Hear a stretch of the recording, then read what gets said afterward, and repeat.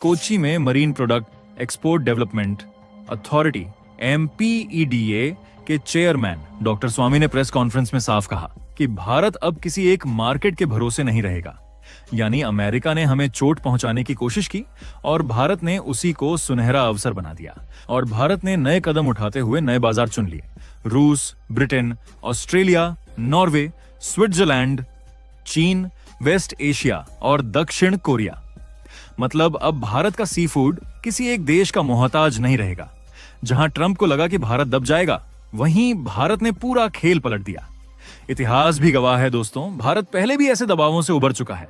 याद कीजिए, जब पोखरण परमाणु परीक्षण के बाद अमेरिका ने कड़े प्रतिबंध लगाए थे, तब भी भारत ने नए रास्ते खोज लिए थे और अर्थव्यवस्था को संभाला था।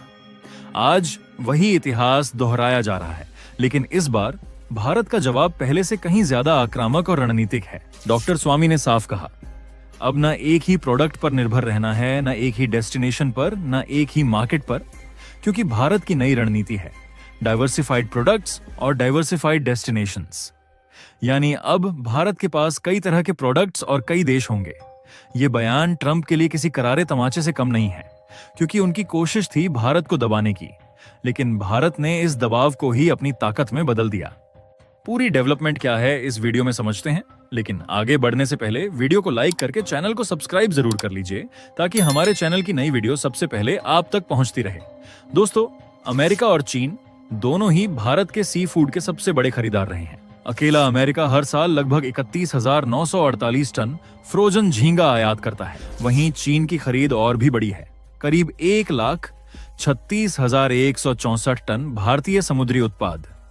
ट्रंप को पूरा भरोसा था कि अगर इतना बड़ा खरीदार टैरिफ बढ़ा देगा तो भारत की सी फूड इंडस्ट्री घुटनों पर आ जाएगी। लेकिन हकीकत में हुआ इसके बिल्कुल उल्टा। भारत ने तुरंत नए बाजारों की तरफ कदम बढ़ाए और अमेरिका को बैकफुट पर ला दिया। साल 2024 और साल 2025 में भारत ने कुल 16,98,170 टन सी फूड का निर्यात किया। इसकी कुल वैल्यू रही करीब 62,480 करोड़ रुपए, यानी 7.45 बिलियन अमेरिकी डॉलर।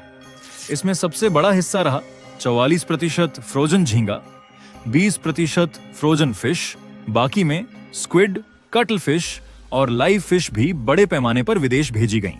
यानी दोस्तों, ये आंकड़े साबित करते हैं कि भारत की सी फूड इंडस्ट्री कितनी विशाल और मजबूत है।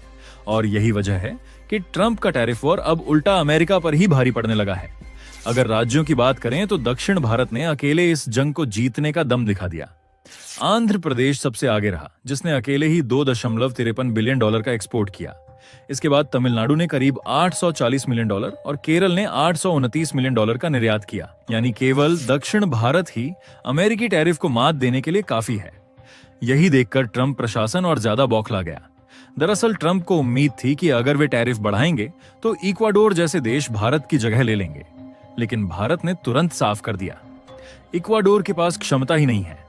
सच भी यही है, इक्वाडोर के पास अमेरिकी बाजार के लिए केवल 10% टैरिफ का फायदा है, लेकिन उसकी पूरी क्षमता तो पहले से ही यूरोप और चीन की मांग पूरी करने में। कुमार मित्तल ने तो ट्रंप को सीधे चेतावनी दे डाली कि भारत झुकेगा नहीं, बल्कि अमेरिकी कंपनियों को बाहर का रास्ता दिखा देगा।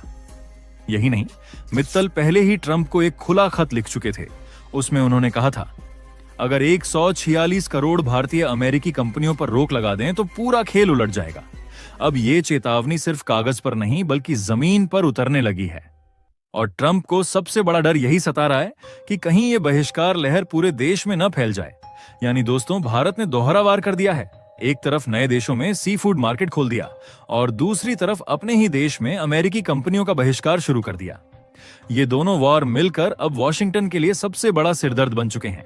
दोस्तों, अब अमेरिका की असली चिंता यह है कि कहीं भारत का यह दोहरा वार, नए देशों में सी फूड मार्केट खोलना और घरेलू स्तर पर अमेरिकी कंपनियों का बहिष्कार, उसके लिए एक बड़ी हार साबित न हो जाए।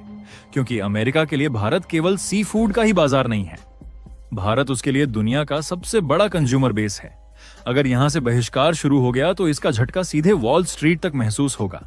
यही वजह है कि ट्रंप की बौखलाहट हर दिन बढ़ती जा रही है। भारत ने दुनिया को साफ दिखा दिया है कि अगर अमेरिका टैरिफ की तलवार चलाएगा तो भारत भी आर्थिक ढाल और रणनीतिक वॉर दोनों लेकर खड़ा होगा। ट्रंप का सोचना था कि भारत अलग थलग पड़ जाएगा, लेकिन भारत ने उल्टा किया, रूस से लेकर ऑस्ट्रेलिया तक नए देशों के साथ समझौते कर लिए। ट्रंप यह भूल गए थे कि भारत का सी फूड सिर्फ खाने का सामान नहीं है, बल्कि यह एक बड़ा व्यापारिक हथियार है। जब भारत ने नए बाजारों में एंट्री ले ली, तो अमेरिकी रेस्टोरेंट्स और सुपरमार्केट्स को वहीं भारतीय झींगे और मछलियां अब महंगे दामों पर खरीदनी पड़ेंगी। यानी अमेरिका का टैरिफ उसके अपने ही उपभोक्ताओं पर भारी पड़ने वाला है। मतलब साफ है, भारत जीतेगा, अमेरिका हारेगा। भारत की पकड़ अब और भी मजबूत होती जा रही है।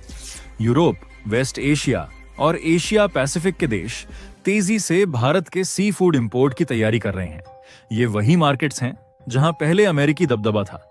अब ट्रंप को साफ दिख रहा है कि उन्होंने भारत को रोकने की बजाय भारत के लिए नए दरवाजे खोल दिए। सी फूड इंडस्ट्री का एक और बड़ा पहलू है ग्लोबल डिमांड का लगातार बढ़ना।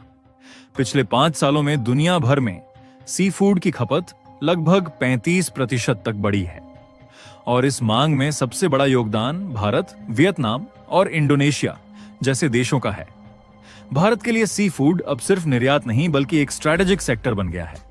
लेकिन दोस्तों, ये इंडस्ट्री चुनौतियों से खाली नहीं है। ओवरफिशिंग के कारण मरीन इकोसिस्टम पर खतरा मंडरा रहा है। कई देशों ने अब कोटा सिस्टम लागू कर दिया है ताकि मछलियों की प्रजातियां खत्म न हो जाएं। क्लाइमेट चेंज की वजह से समुद्र का तापमान बढ़ रहा है और फिश पॉपुलेशन शिफ्ट कर रही है। उदाहरण के तौर पर नॉर्थ अटलांटिक में सी ऑट फिश तेजी से कम हो रही है, जबकि ट्रॉपिकल स्पीशीज फैल रही हैं। इसीलिए अब सी फूड इंडस्ट्री में टेक्नोलॉजी की एंट्री भी तेजी से बढ़ रही है। AI based tracking system, satellite surveillance और ब्लॉकचेन इनेबल्ड ट्रेसेबिलिटी प्लेटफॉर्म्स, इनसे यह सुनिश्चित किया जा रहा है कि मछली पकड़ने से लेकर उसकी फाइनल सेल तक पूरी सप्लाई चेन ट्रांसपेरेंट और लीगल रहे। खासकर यूरोप और अमेरिका ने अब यह नियम बना दिया है कि हर एक्सपोर्टेड सी फूड प्रोडक्ट का पूरा डिजिटल प्रूफ होना जरूरी होगा। फिलहट्टी बन गया है। भारत ने नए बाजार खोल दिए, घरेलू स्तर पर अमेरिकी ब्रांड्स का बहिष्कार शुरू कर दिया और दुनिया को दिखा दिया कि भारत झुकेगा नहीं। ट्रंप बार बार बयानबाजी कर सकते हैं, लेकिन सच यही है कि इस बार भारत ने सिर्फ जवाब नहीं दिया बल्कि पूरा खेल ही बदल दिया है।